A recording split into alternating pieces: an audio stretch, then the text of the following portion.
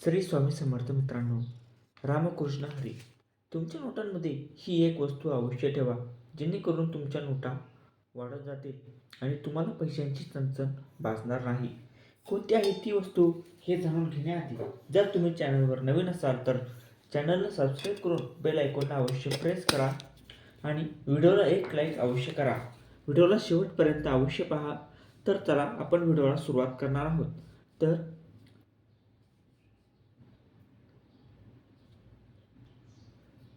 मित्रांनो, तंत्रमंत्र शास्त्रातील एक असा प्रयोग, एक असा अचूक उपाय की जो आपल्या धन वैभव आणि पैशांमध्ये प्रचंड वाढ करतो. असा उपाय आज आपण पाहणार आहोत.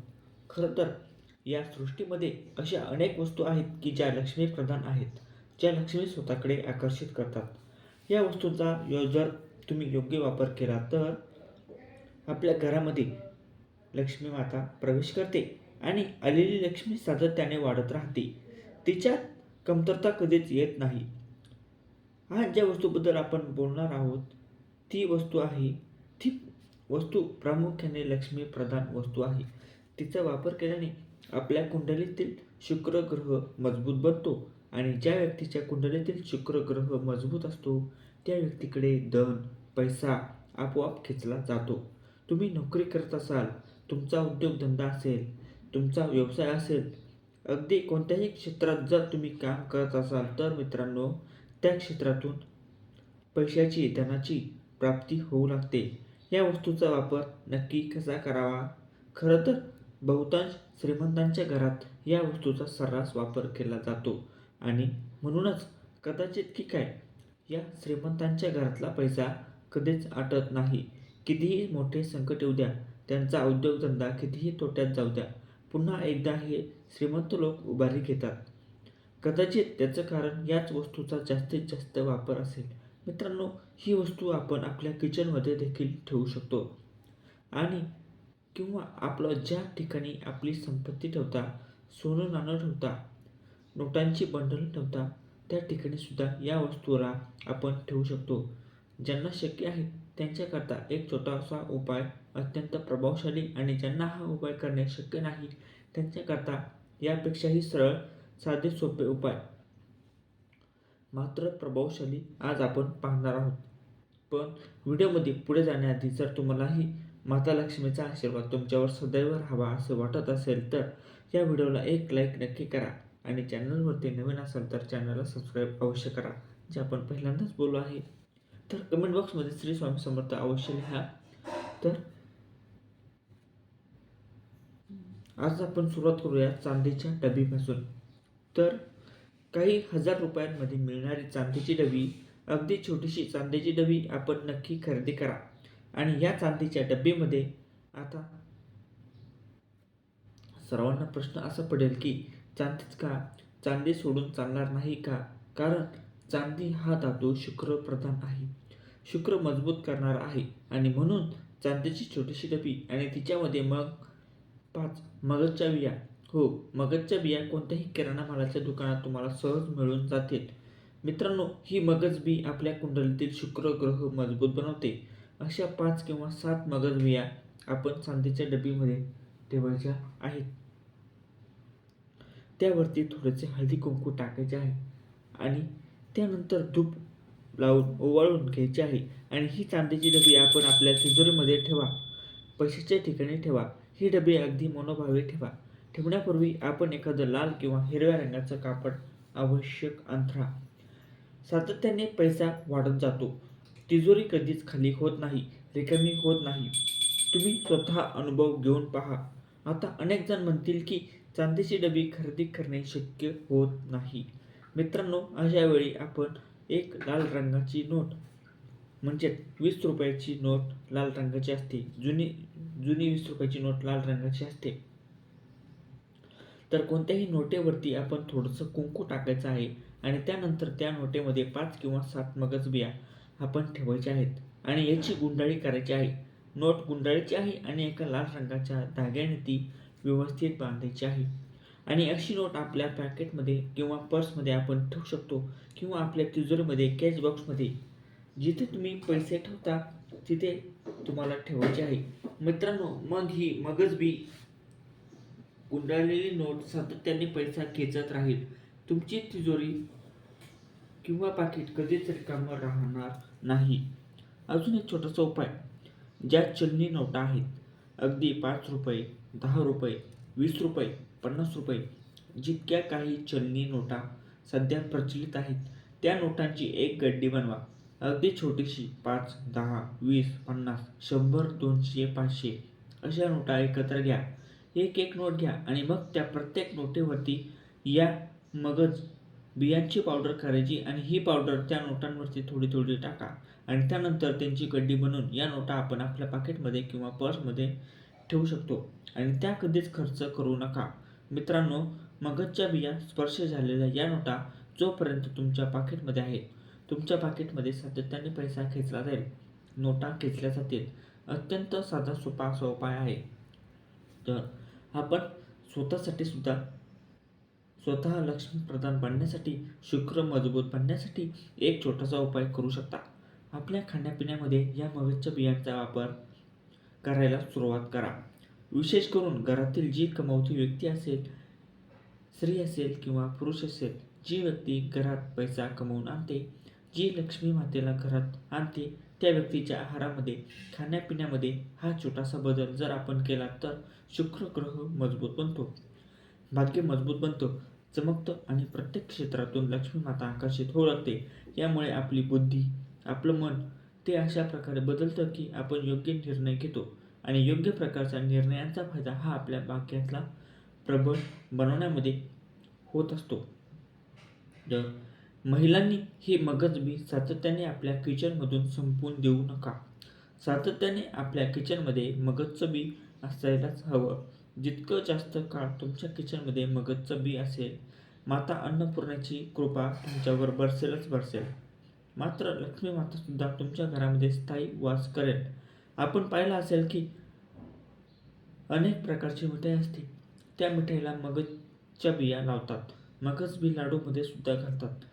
मात्र एक गोष्ट लक्षात ठेवा, तुमच्या घरामध्ये निगेटिव्ह एनर्जी असेल, नकारात्मक ऊर्जा असेल तर मात्र या मगजच्या बियांचा प्रभाव फार कमी होऊन जातो आणि म्हणून घरातील नकारात्मकता दूर करण्याचा प्रयत्न करा.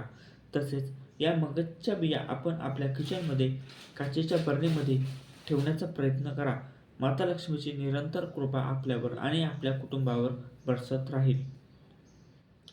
आता पाहूया आपण पैसे घेताना ते कोणत्या हाताने घ्यावेत, जेणेकरून आपल्याकडे पैसा येतच राहील.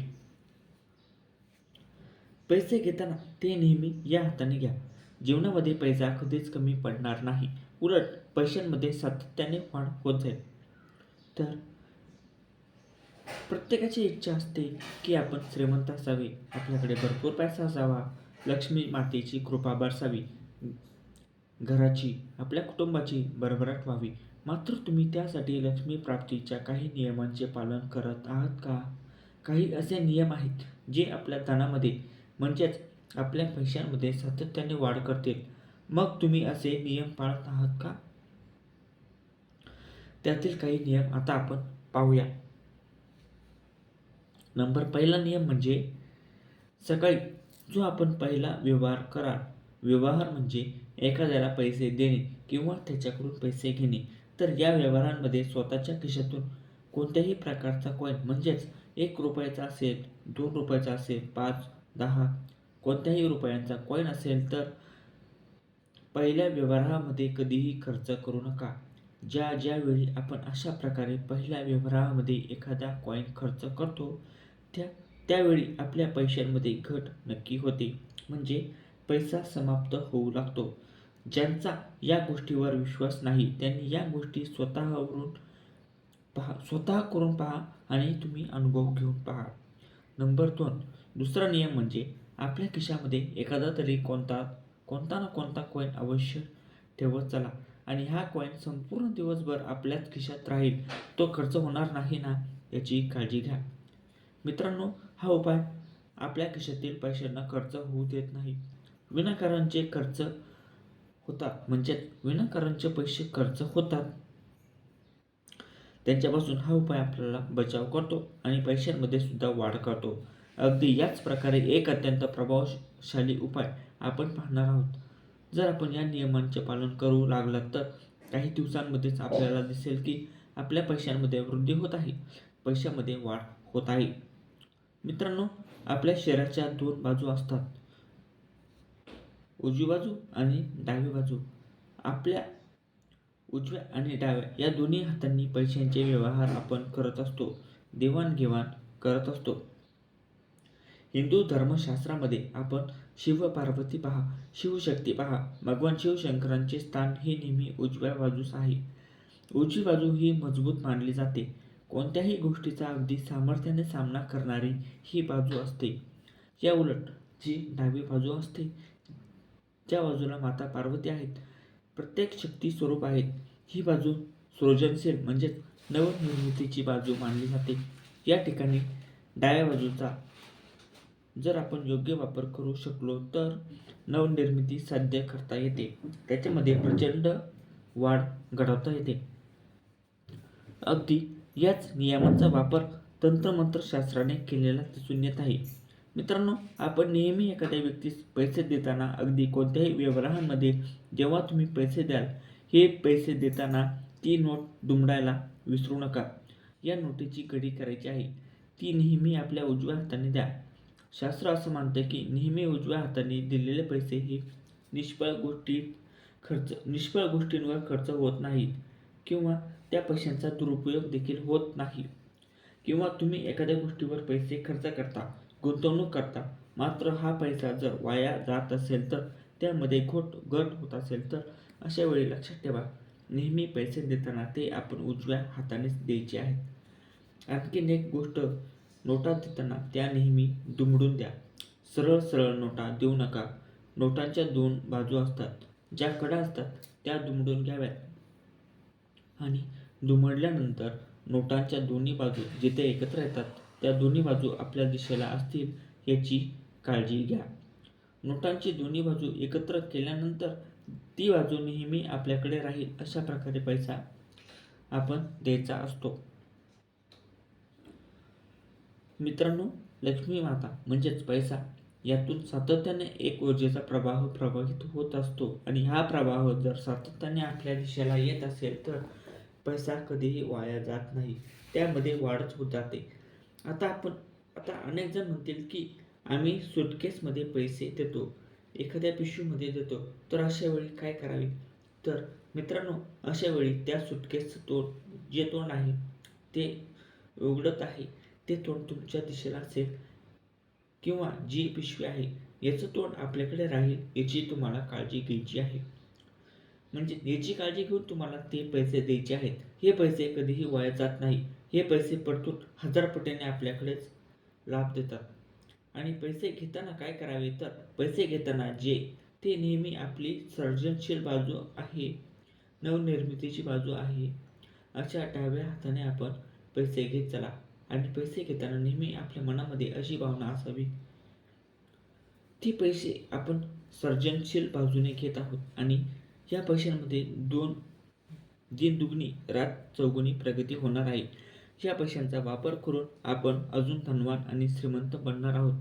नेहमी मजबूत हाताने पैसे द्यायचे आहेत आणि घेताना नेहमी सर्जनशील बाजूने म्हणजेच आपल्या डाव्या हाताने घ्यायचे आहेत. माता लक्ष्मीची नक्कीच तुमच्यावरती कृपा परसेल. हा माहितीपूर्ण व्हिडिओ तुम्हाला जर आवडला असेल तर व्हिडिओला एक लाईक अवश्य करा, इतरांपर्यंत शेअर करा आणि चॅनलला सबस्क्राईब करून बेल आयकॉनला अवश्य प्रेस करा.